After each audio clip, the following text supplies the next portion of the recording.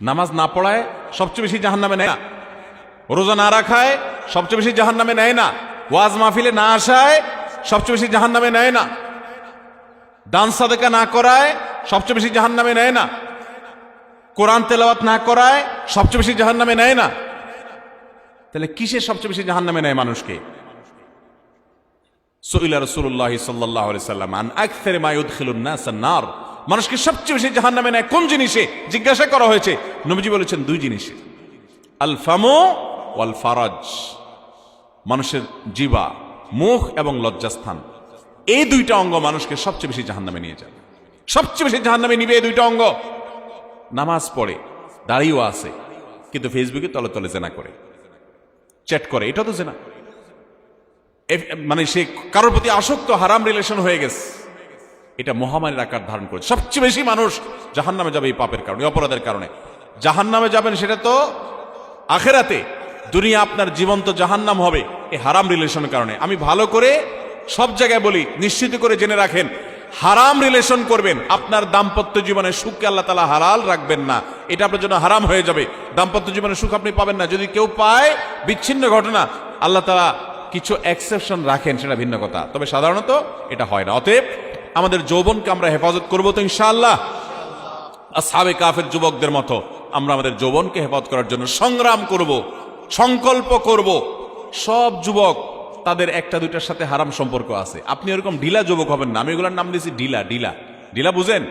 যেখানে যেটা দেখছে ওখানে কাইতে হয়ে গেছে, ব্যাস ওর পিছে পড়ে গেছে, এর নাম ঢিলা। আর বলিষ্ঠ মেরুদণ্ড আলা যুবক হলো যে হারাম দেখে সেটাকে না করার মতো ইমানের শক্তি রাখে। চেষ্টা করবো না ইনশাআল্লাহ? আল্লাহ আমাদের সবাইকে সেরকম ইমানের শক্তি ধারণ করার তৌফিক নসিব করুন। ভাইরা আমার, ওই যুবককে আল্লাহ তাআলা আরশের নিচে কিয়ামত দিন ছায়া দিবেন, যে যুবক কোন হারাম সম্পর্কের অফার পাওয়ার পর বলেছে, ইন্নী আখাফুল্লাহ, আমি আল্লাহকে ভয় করি, সেজন্য তোমার অফার নিতে পারলাম না। এমন এমন মানুষ ফোন করেন, এমন এমন ব্যক্তিরা ফোন করেন যে নিজের কাছে কষ্ট লাগে যে এই ফ্যামিলির সন্তান নষ্ট হয়ে গেছে। এর অন্যতম কারণ হলো বাবা মারা সময় মতো সন্তানকে বিয়ে দিচ্ছেন না।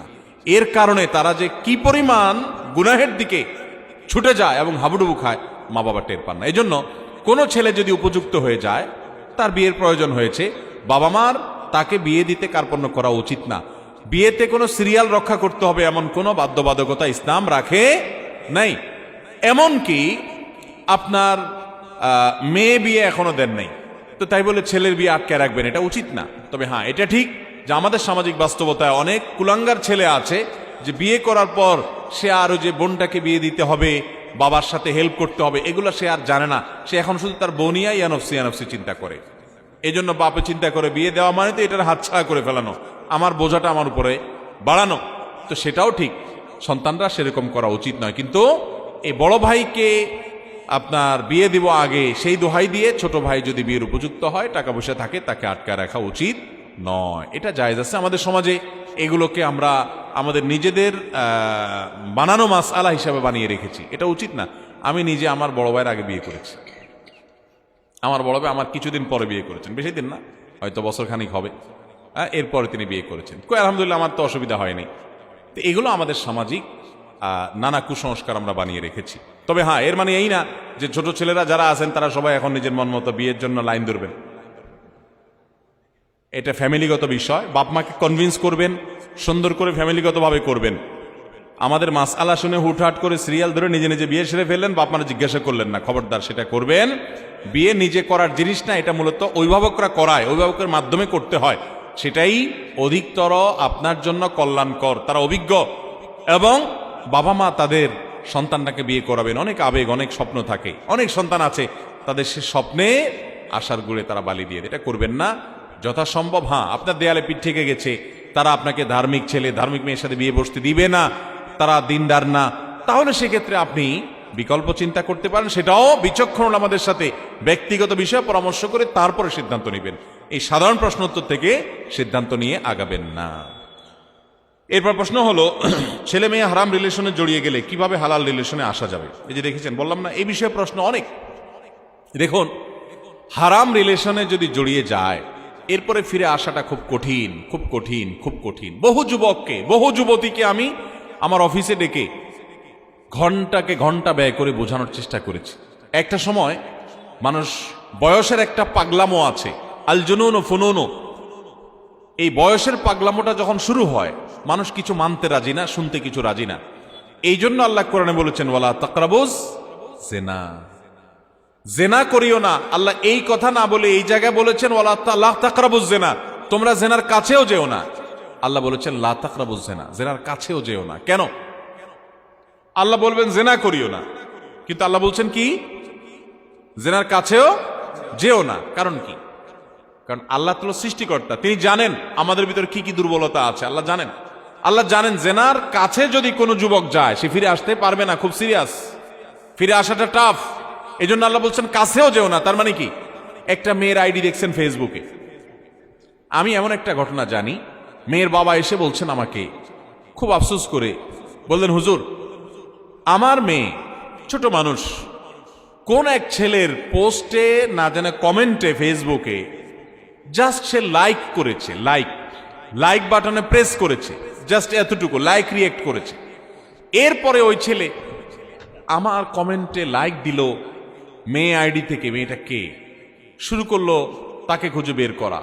একটা পর্যায়ে কনভিন্স করে মেয়েকে বাগায় নিয়ে বিয়ে শাদী করে শেষ। বাপমা জানেন না, আফসোসের কথা ভাই, হাসার কথা না। মানে একটা লাইকে শুধুমাত্র লাইক বাটনে প্রেস করে সেটা কতদূর পর্যন্ত গেছে। আমরা অনেকে আমাদের সমাজে এক শ্রেণীর সুশীল আসে, সুশীল, এই সুশীল ভাইরা তারা দেখবেন বলে যে না এই হুজুরগুলার সবগুলার মনটাই নষ্ট, এই বেটাগুলার মনটাই খারাপ। তারা বলে মেয়ের দিকে তাকালে নাকি খারাপ চিন্তা আসে। কেন খারাপ চিন্তা আসবে? এরকম ফেরেশতা সুলভ কিছু সুশীল আছে না নাই আমাদের সমাজে? ওনাদের মনে কোনো খারাপ চিন্তা আসে? ওনাদের মনটা খুব পবিত্র, মনের ভিতরে কোনো খারাপ জিনিস আসে না। চিন্তা করেন ভাইরা আমার, যে বলে যে আমার মনে এরকম খারাপ কোনো চিন্তা আসে না, এই বেটা হয় মিথ্যাবাদী আর নয় ধ্বজভঙ্গ, দুইটার একটা। হয় তার অসুস্থতা আছে আর না হলে কি আল্লাহ সৃষ্টি করেছেন এভাবে যে আকর্ষণ হবে। তোমার আকর্ষণ না হলে বুঝতে হবে তোমার সমস্যা আছে, ডাক্তার দেখাও। ভাইরা আমার, তো বলছিলাম যে জেনার কাছেও যেও না আল্লাহ বলেছেন। হারাম রিলেশন থেকে বাঁচবেন কিভাবে? ওই যে জেনার থেকে দূরে থাকবেন। আপনি একটা মেয়েকে দেখলে চোখকে হেফাজত করতে ইসলাম বলেছে। কেন? কেন বলেছে? কারণ দেখার পরে আপনি এক্সরে করে ফেলবেন, ঠিক না ঠিক? এরপর দেখার পরে আপনি এবার এটাকে অন্তরে নিয়ে যাবেন, এক্সরে করে নিয়ে এবার মনে মনে জল্পনা কল্পনার জগতে আপনি ডুবতে থাকবেন। এরপরে আপনি হাউতাস করতে থাকবেন, হারামের দিকে আপনি চলে যেতে পারেন, মনে মনে জেনা করতে পারেন। এই জন্য আল্লাহ তাআলা আপনার চোখের হেফাজত করতে বলেছে। সেকুলার দুনিয়া বলে মন খুলে দেখো, মন খুলে দেখো, কোনো বাধা দিও না, ব্যক্তি স্বাধীনতার নাম দিয়া যার যা খুশি তাকে তা দেখতে দাও। আবার বলে খবরদার ধর্ষণ করা যাবে না, পাশবিক নির্যাতন করা যাবে না, টিজ করা যাবে না, উত্ত্যক্ত করা যাবে না। হাউ ফানি বলেন। একটা মানুষ তাকে আপনি তার যৌন আকাঙ্ক্ষা যেটা আছে সেটাকে আরো উস্কে দিবেন, আবার বলবেন নিয়ন্ত্রণ করতে হবে। এর চেয়ে হাস্যকর কি আছে? আর ইসলাম বলে আগে থেকে বাদ দাও। ডক্টর খন্দকার আব্দুল্লাহ জাহাঙ্গীর রহমতুল্লাহ আলাই ইসলাম বিশ্ববিদ্যালয়ের কুষ্টিয়ার প্রফেসর ছিলেন। তিনি বলতেন যে মানুষের একটা নির্দিষ্ট বয়সে যৌন আকাঙ্ক্ষা শরীরে তৈরি হয়, মানুষ কেন অন্যান্য প্রাণীরও। এটা প্রমোটেড আল্লাহ তাআলার তরফ থেকে, মানুষের মধ্যে যৌন আকাঙ্ক্ষাটা এটা প্রমোটেড, আগে থেকে প্রমোটেড। এটাকে আর প্রমোশন করতে হয় না, এটাকে কন্ট্রোল করতে হয়।